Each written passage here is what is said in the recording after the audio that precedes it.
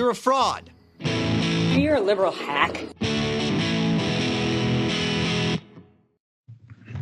Alrighty, so I've just got back. I accidentally saw your tweet, so Oh yeah. All right. So you know where I'm at. I shouldn't have gone on. I just was just like, oh yeah, I just wondered what's on Twitter. I was just going to look and see what the Twitterverse was saying about it, and I saw your tweet. So look, I'll go in not knowing what you're going to say or what you're going to do. Or how Well, you're I gonna don't know say it. what you were going to say.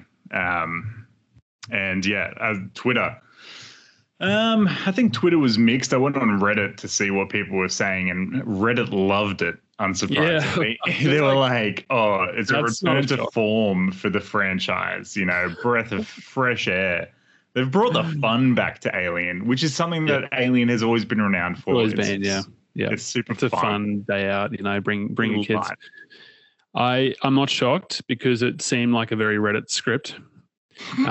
Like a fan fiction-y, like, wow, that should definitely be made on the big screen and 1,000 upvotes, or whatever it is, 1 million upvotes. So that's should do. That could be the demographic that really likes it. Look, in terms of my opinion on the film, if it was half an hour long, as in like if you asked me after half an hour, I'd actually say it was pretty good and I was enjoying it like a lot. And then, honestly, you probably know the turning point that I'm talking about. And the film really just derailed and crashed from there to the point where I really kind of similar to you, I wanted to leave. I wanted to leave. Didn't want to be there. But we won't even like pretend that we'll have airs about what we did or didn't think about the movie then, because I certainly got to the point where if it wasn't for, I don't know, like that weird sense of having to finish something that you've started, I would have walked out of it. I wanted to walk out of it. But I think I didn't even really love it to begin with. I thought it was okay. I thought it was like, this has the potential to be an okay movie. Like, I thought if they kind of did, a modern version of Alien, if they just did that, I would be like, okay, great. It was looking like a 6 or 7 out of 10, maybe, if they just kind of were able to do because Alien is like a 50-year-old movie now almost, and it's slow in parts or whatever people say about it. So if they just did a modern version of that, maybe there was something there. But I mean, in a lot of ways, Lion King version, you mean? But in a lot of ways, it is a modern version of Alien because it's all of the worst elements of modern cinema, of modern blockbuster. Even though is Alien a blockbuster? Yeah, I guess pretty much all of the movies have been a blockbuster now. Oh, yeah, true. I mean, the first one was I think you're right. It's probably when it came out, it's more of a horror space sci-fi, a bit more thriller. niche. It was not Star Wars, whereas Aliens was probably more leaning towards that. And then after that, it's a franchise and has become a blockbuster. So the first one probably not. But yeah, this is all the worst elements of popular filmmaking. It's it's not quite to the level of The Force Awakens retreading of old ground, but it is in that vein. It evoked that to me as well. It evoked that in that it relied on nostalgia, sort of like elements and themes without sort of really contributing much to the plot. It was really just to sort of make it feel like it's a really good movie. So I mean that was working. I mean at the start it had that feel that like the startup of Alien, if you remember. It evoked that same kind of okay, all right. So it's trying to use those old real ancient looking computers. And then punk or whatever. Yeah, and look, I think visually it was pretty good to start with, and also just overall, I think the practical effects were quite good, and just like the visual effects. So I'm just taking myself. I don't like this film, but there are things that I can't help but say. Look, that's quite a good scene. Yeah, the production design was good. I don't know if it was my cinema, but it was a really dark movie to the point where I couldn't see a lot of what was going on. And that's really? not a complaint that I have. I think it might have been the cinema. It was just might have been. I didn't have that at all. I didn't. But I did, as I said, I did like the production. TV shows I get that often, but yeah, not with this one. And I did like the space scenes with the rings around the planet and the space station in relation to the planet, and all the stuff in the last act, which is a lot more outer space, outside of the space station stuff. I liked, and I liked inside the space station. It was kind of like that, like you said, the production design was good. They sort of, it does have a slavish devotion to the originals, so it does. Yeah. But the thing is, I mean, I was just watching Prometheus and Covenant, and that's full of like holograms and flat screens and iPads. And it doesn't bother me that it's not, because you can have both, right? Like, I imagine on these shitty, poor mining ships, they have these old cassette style computers, and on the flashy $1 trillion ship that's like the flagship of Weyland-Yutani, they've got the holograms and stuff. So that's kind of fine. Yeah. And it was fine to do either. And so they went back to the original. I think I slightly prefer the style that they went with in this film. It's a cool style. I didn't hold it against it at all in terms of how, like, aesthetically it was not the reason I didn't track with the film. I will concede, obviously, Prometheus is a much, much better film. Than this one. Now I've got all this out of the way. Let's just rip apart, because that was pretty much like, I mean, the only good thing I could say about it is it kind of looked that's really nice on occasion. And Kaylee Spaney doesn't really have anything to. Actually, no. All right. So Andy the android, he was a good actor, I thought, and I kind of liked his character. Again, the android is the best character. Yeah, I wonder if androids are maybe the easiest to play as an actor, because it's consistently every single person who plays an android. I don't know, because I mean, every alien, it's the best one. The best performance comes from the android. So maybe I still think Ian Holm is probably the best, though, because the other ones do play them robotic, like in sort of a cliched robotic way, whereas Ian Holm kind of plays him as just a guy without a soul, which is a really interesting, nuanced portrayal, which we can talk about. But I think, in this one, the Ian Holm character really doesn't have a fucking soul. Well, I think we're going to see our second ever posthumous Oscar. Mm-hmm. No, look, we this is probably the same part that you had in terms of where you just completely derailed from whatever track you might have been on from the film. Yeah, the same which was that. Me. It wasn't just this one element that I said, no, I'm not going to give this film a chance. It just seemed to be that was the catalyst into a lot of really poor and annoying things that happened from a contrived plot point of view, from decision point of view, from like character decision point of view, from a plot direction point of view. It could have gone one way and it went a completely different way. And that to me, just, it really just derailed the entire film. That was the start of it. Where I wanted to walk out. I thought in idea, it's not the worst idea ever. Like, they are a synthetic machine. You could kind of bring him back for like a short scene, maybe. But then he's in it for like quite a lot of the movie. And it's not a short scene. It's not. And another part that really is unfortunate is that it looks shit. It looks really bad. Yeah. Like, it's horrible CGI. It looks like worse than, the Call of Duty Modern Warfare cutscenes that now look really good. It did feel it's like bizarrely bad. And so it immediately it's taking you out of the movie. And also it starts, then rather than being like, oh, cool little nod to Ian Holm, it's like, now this is getting offensive, because it's like, you could never be Ian Holm. You're a godless, like, demons don't exist, but Disney fucking invented them, which is crazy. Like, it's been so bad every time they've done either bringing back a dead guy or even de-aging. But like, it started with Tarkin in Rogue One. Yeah. They did it like Leia Captain Marvel de-aging and Leia, and they did some de-aging, and then like Indiana Jones, it's just awful.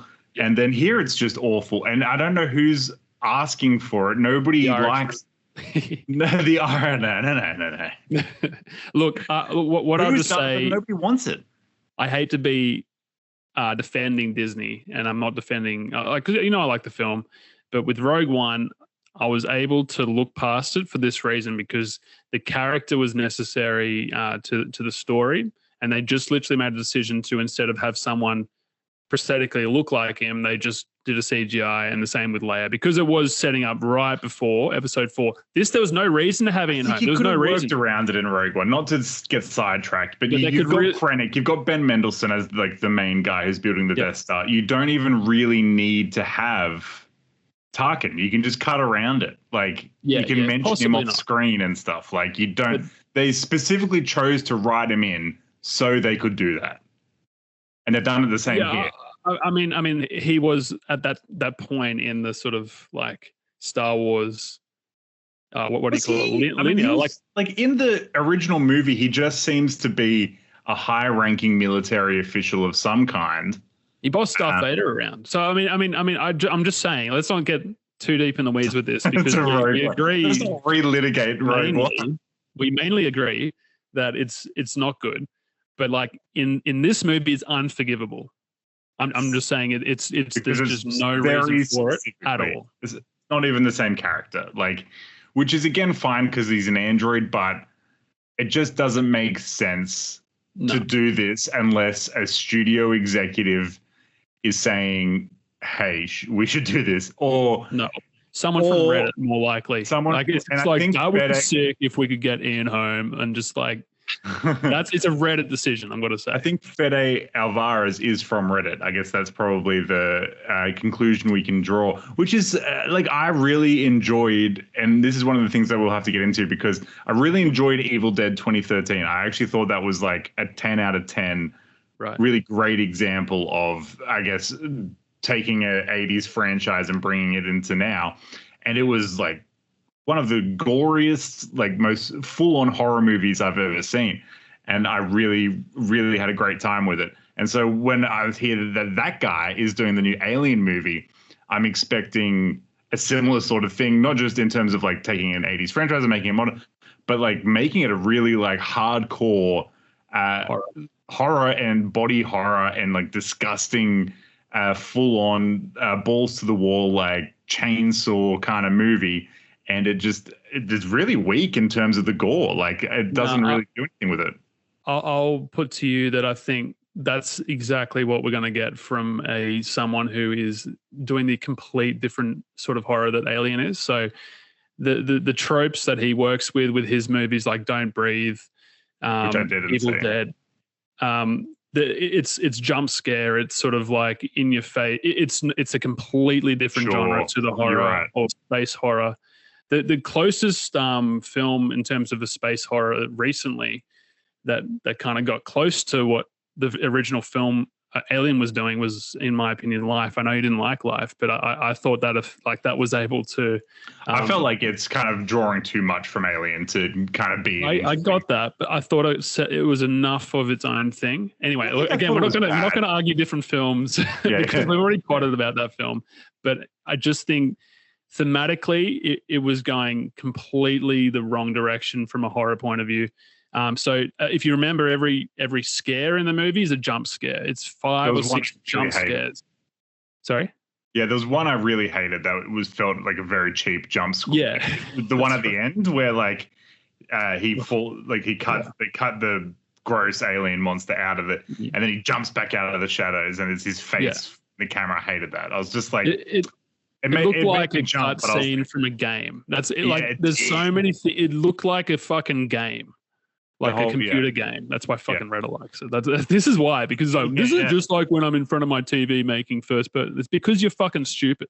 Sorry, I'm just saying. It's just like it's like every review I've read for it it's like this is made for a dumb person. And even though the review's good, it says when Ridley Scott released Prometheus and Alien Covenant, the main criticism levied against it boiled down to the fact they didn't provide the same kind of sci-fi thrills as Alien and Aliens.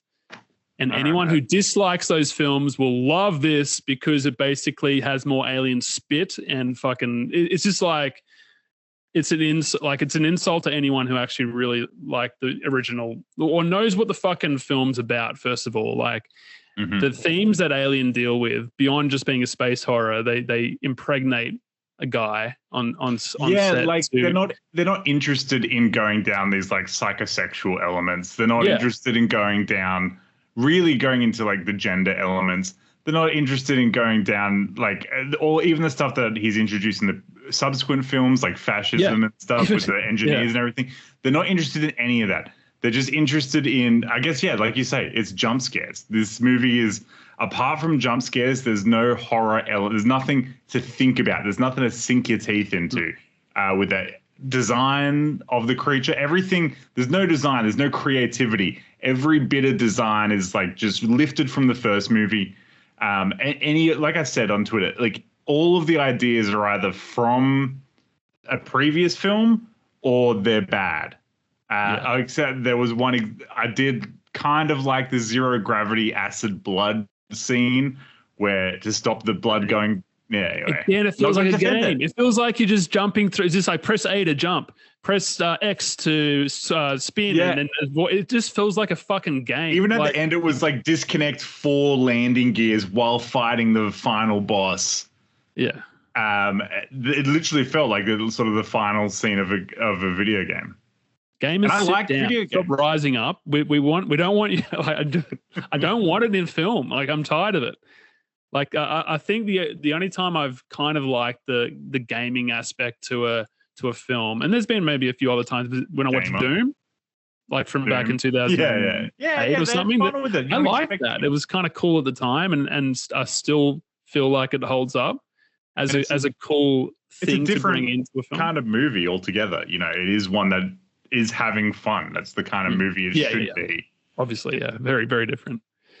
Okay, I did want to say, in terms, this might be, you can certainly bring me back from the ledge here if it's going too far, but in terms of all like the gratuitously violent scenes, in terms of where there's any sort of body horror, they all happen to the women in the film. I'm just saying, it's sort of like the whole point of Alien was to sort of subvert that a bit from like you watch a horror flick and you see pregnant lady get fucking stabbed to death, or like in Scream, like the woman gets sexually assaulted or whatever. Exactly, for the horror, and it's like that's kind of now the men are getting kind of mouth impregnated and stuff. Not the same. It wasn't the same in terms of like it was very different types of horrific things that happened. The first one, yeah. No, I mean in this film. Yeah, that's what I'm saying. I'm saying like in the first Alien, it was like inverting it and having the male characters go through. And in this one, yeah, you're right. It is kind of all the female characters. Yeah, right. Like it's a weird sort of decision. I feel like they just didn't think about it. That's all. And the child and that child. And then I was also kind of like, I don't know, maybe pull me back from the ledge, but when the human alien hybrid is birthed, which I hated, by the way. I always hate human hybrid shit. It just seems like the worst B movie shit from the 80s. Like it should have been left in Resurrection. Like it wasn't even original. That's the thing. Like at least that was. And in Alien Resurrection, I fucking hated it too. When you see Sigourney in it's not pleasant but not in the good way that Alien. But anyway, this one was very clearly like a male with like a vagina thing going on. It was almost like a transgender creature, and that was supposed to be a horrifying element of it. Yeah. And I kind of felt that Fede was being weird with that too, where I'm like, why are you very clearly pointing out here the main villain thing is a transgender, and that's horrifying to the audience. I don't know. It was weird, man. I mean, I'm not looking for that, but maybe. I certainly, I was going in from this film having seen the previous Alien and Aliens and sort of what they're trying to, convey and everything like that. It's just like this film doesn't understand what it's doing at all. That's what I'm kind of boiling it down to. It doesn't know what it's fucking doing at all. It just kind of wants it to look. It just looks good in parts, not everything, but it looks kind of good. It looks polished, kind of in the same way Force Awakens looked good, but just didn't deliver a good product. And like you said, with the Ian Holm showing up about a third of the way in, or roundabouts, and declining, then there's like another end of second act decline where he does the callback to the "get away from her, you bitch" line, Yeah. which is just the most perplexing moment of the movie, where he's like, it's almost like, he's reading the line like it's a line, like it's a joke. He's like, "Get away from her, you bitch." Yeah. It's such a bizarre reading of the line. And it might have been all right if he was just like, "Get away from it." But because it's such a specific callback, then the movie declines again from that point. And there are a couple of those, like when Ian Holm is like, "I have to decline your petition." And also like, "I can't lie to you about your odds, but you have my sympathies." I hated that more. You hated that more, yeah. I mean, they're both, it's all horrible. It's all horrible. And did Fede Alvarez want those lines in? Who wrote it, actually? I don't know. Look, this is what I mean. This is the thing. It reads. Fede wrote it along with one other guy. It's produced by Ridley, though.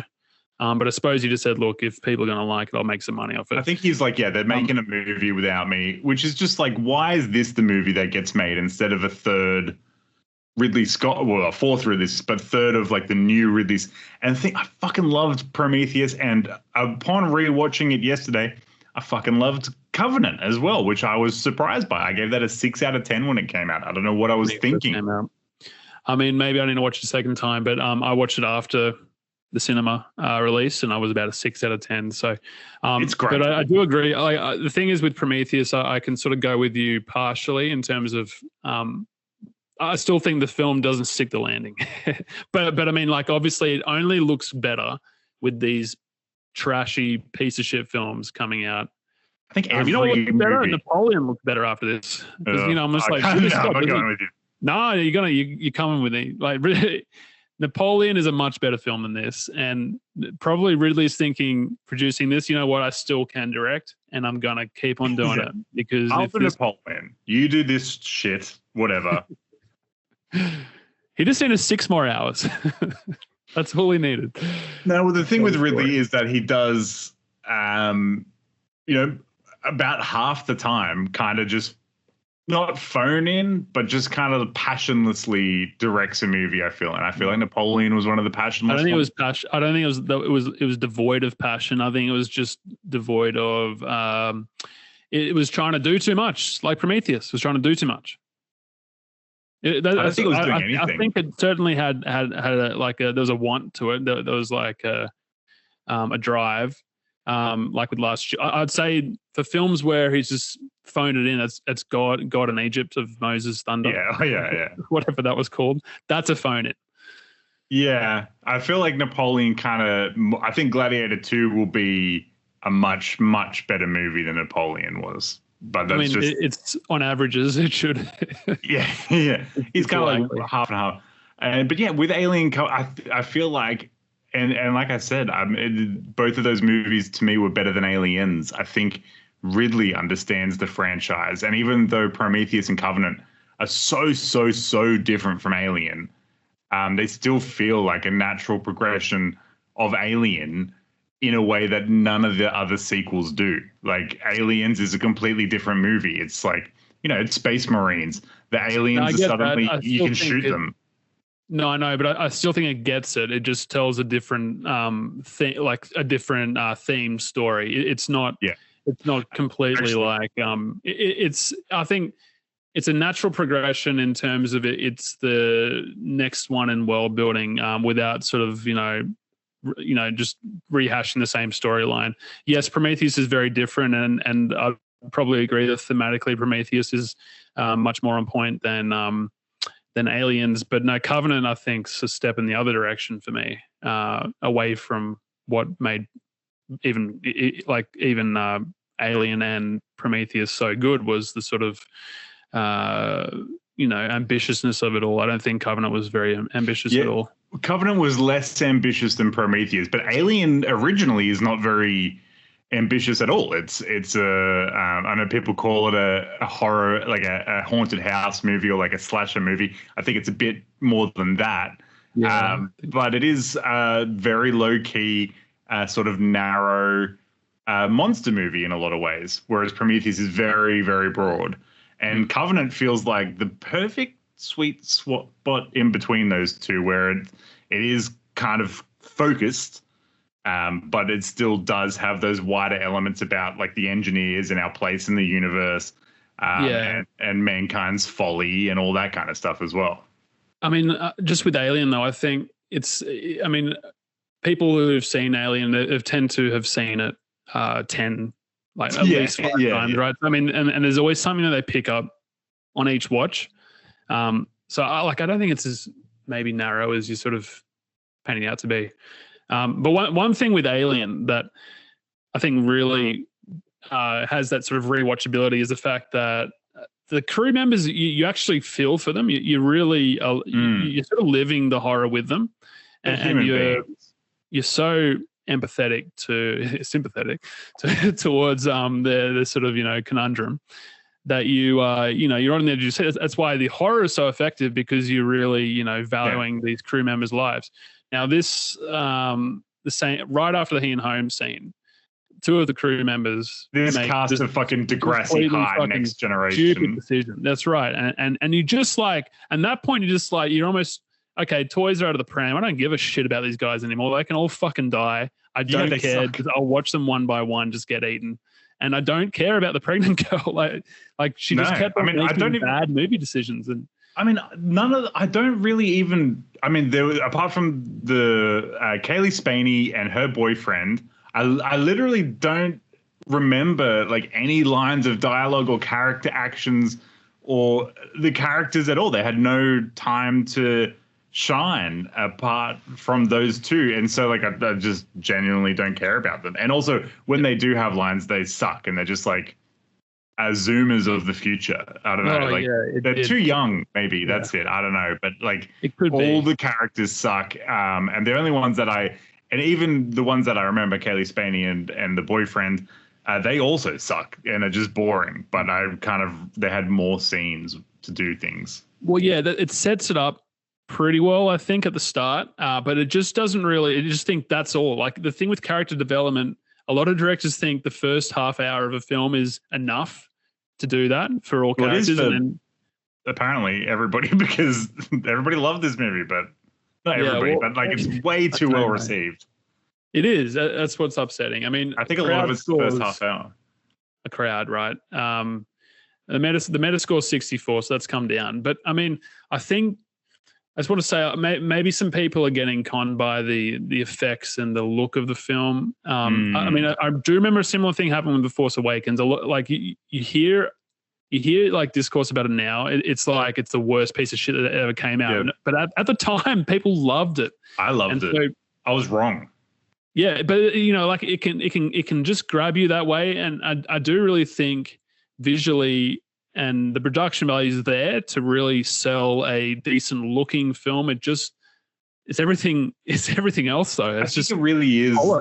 It isn't as bad as Force Awakens in some of those elements, but it really is like in the way that The Force Awakens was made for people who hated the prequels, like how it starts with the old guy, forget his name, but he's like, this will begin to make things right. As if just saying fuck you to the prequels.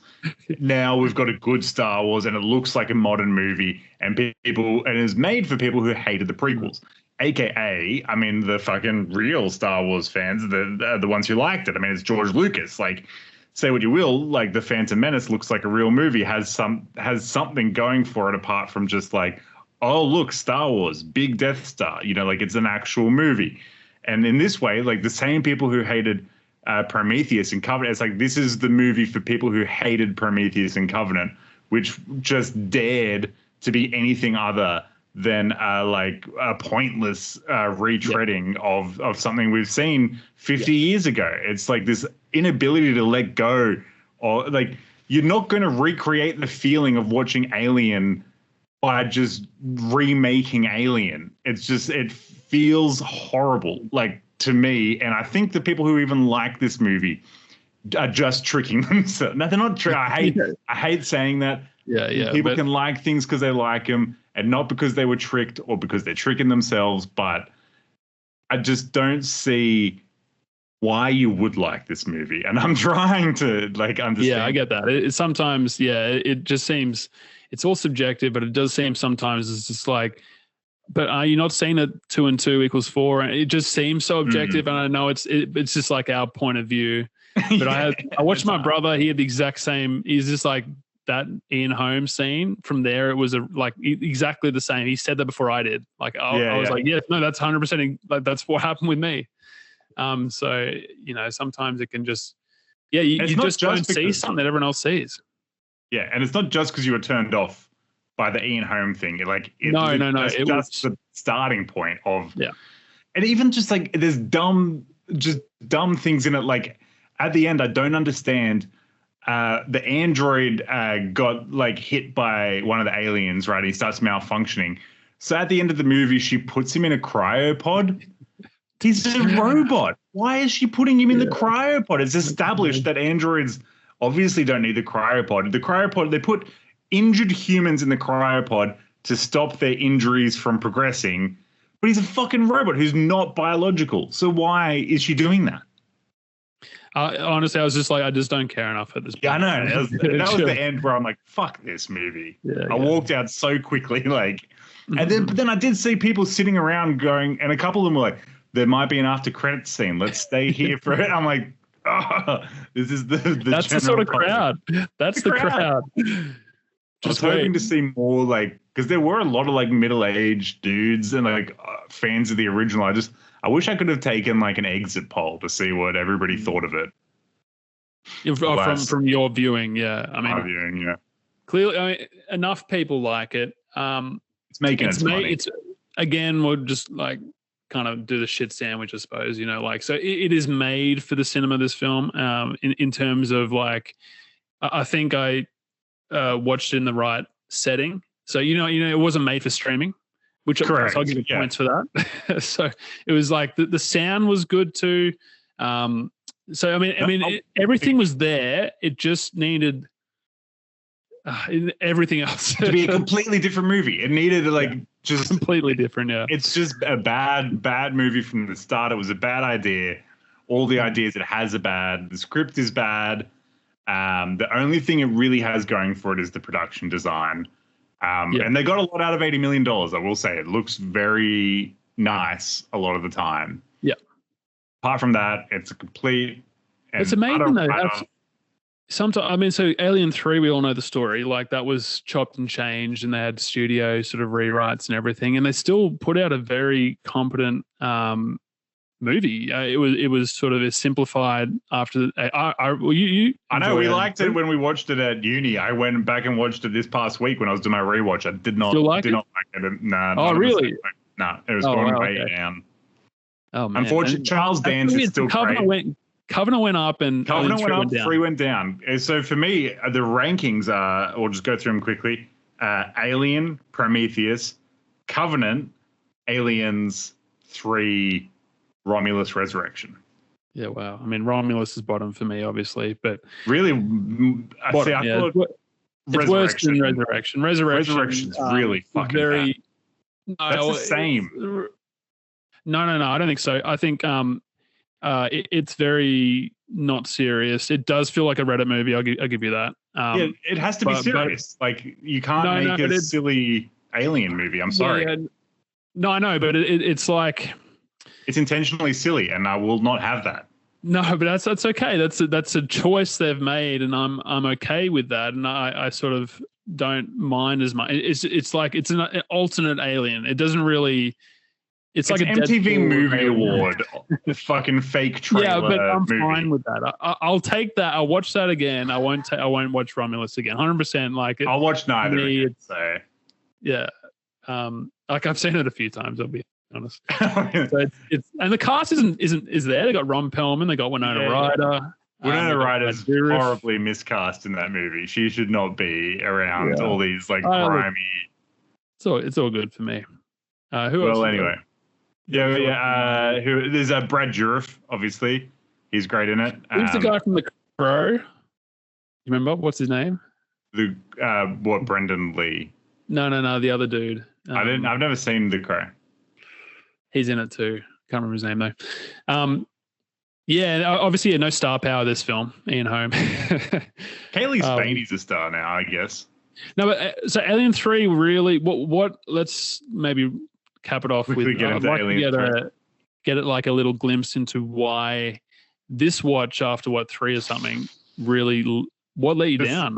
This is the second time watching it. I watched it just once off with you back in the day. Yeah. So I've watched the theatrical version. I don't know if we watched the extended and whether that would make any difference.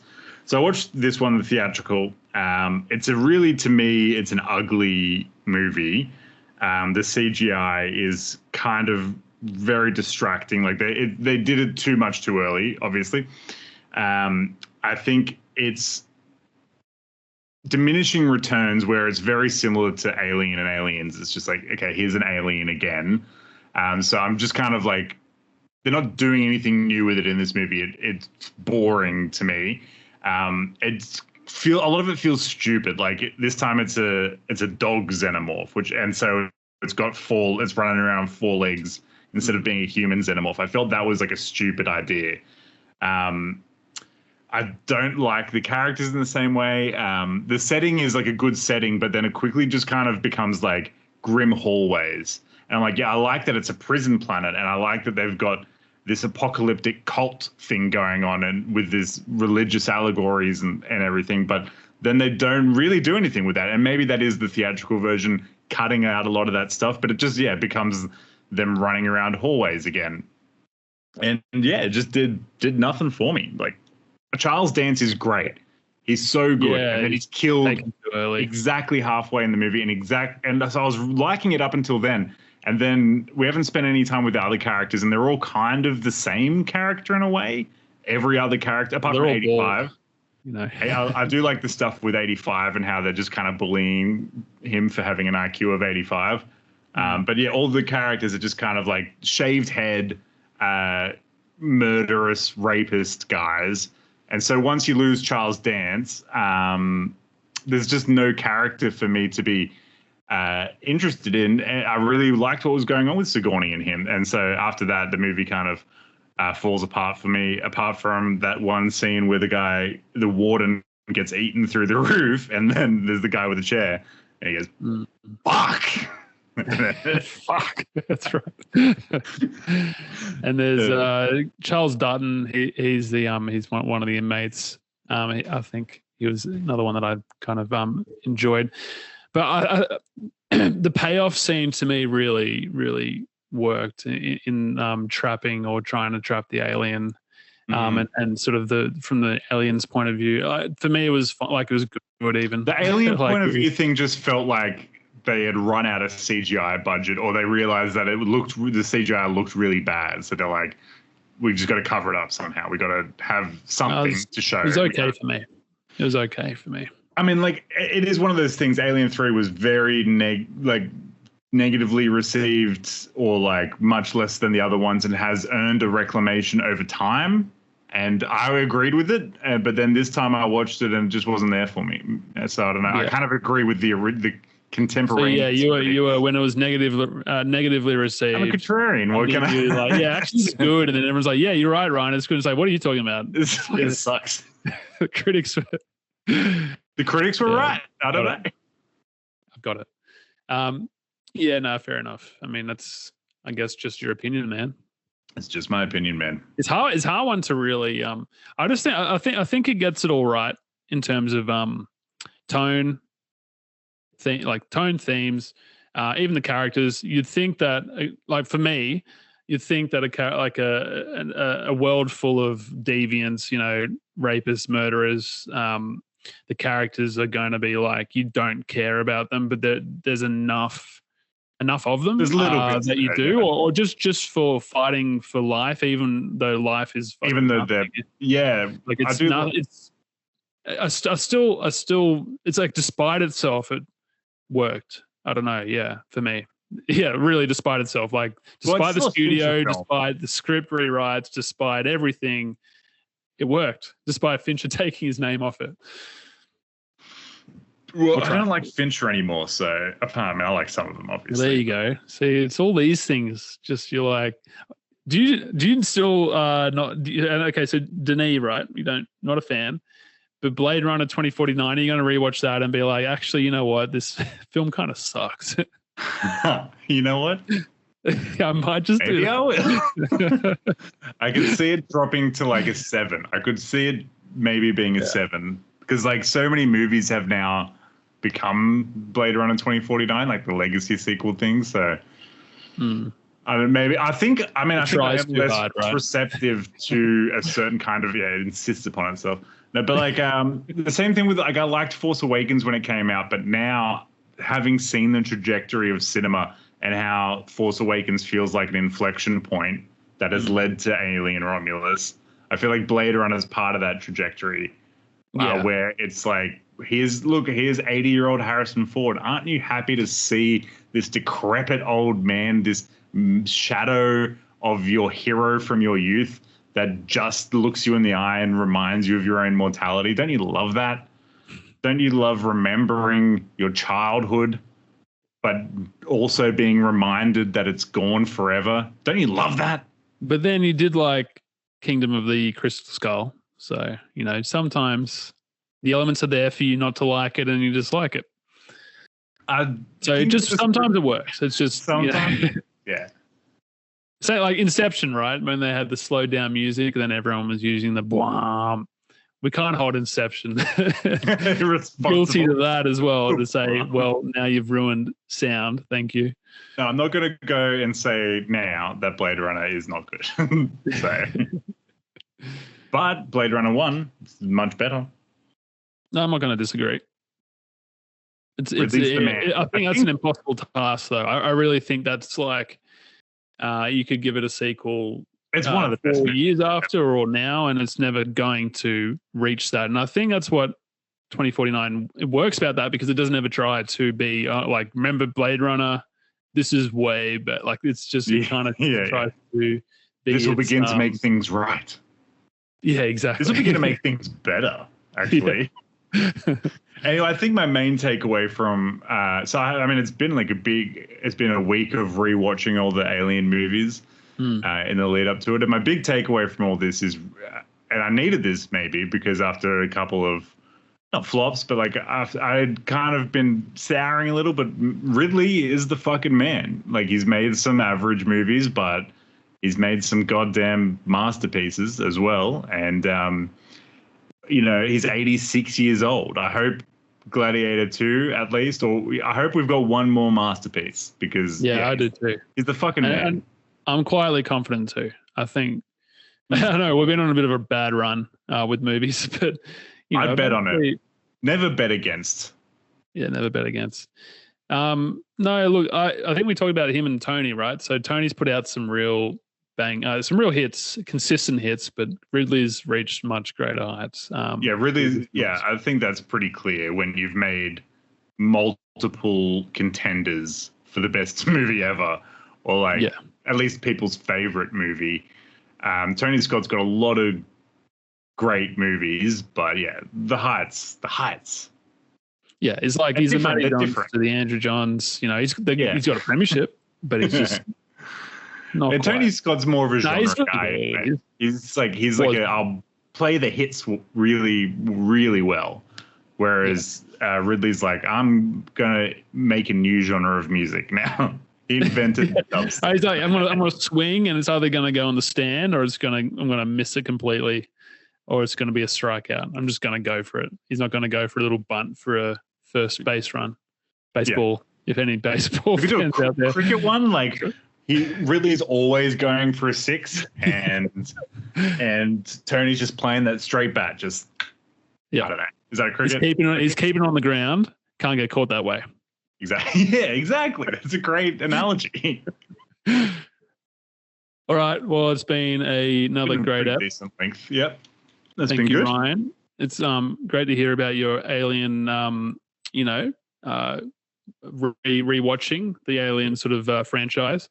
Yeah, it was interesting. And, interesting sort of retrospective changes to the sort of favorites there. So yeah. Yeah, and also interesting, just kind of like when you do this kind of thing, you do see like kind of the trajectory of cinema as well, 1979 to now, and and through the 80s and 90s into now. So it's been really interesting. Yeah. Good stuff. All right, that's great. Thanks, Nico. And thank you everybody for listening. And we'll catch you next time. All right. See you next time.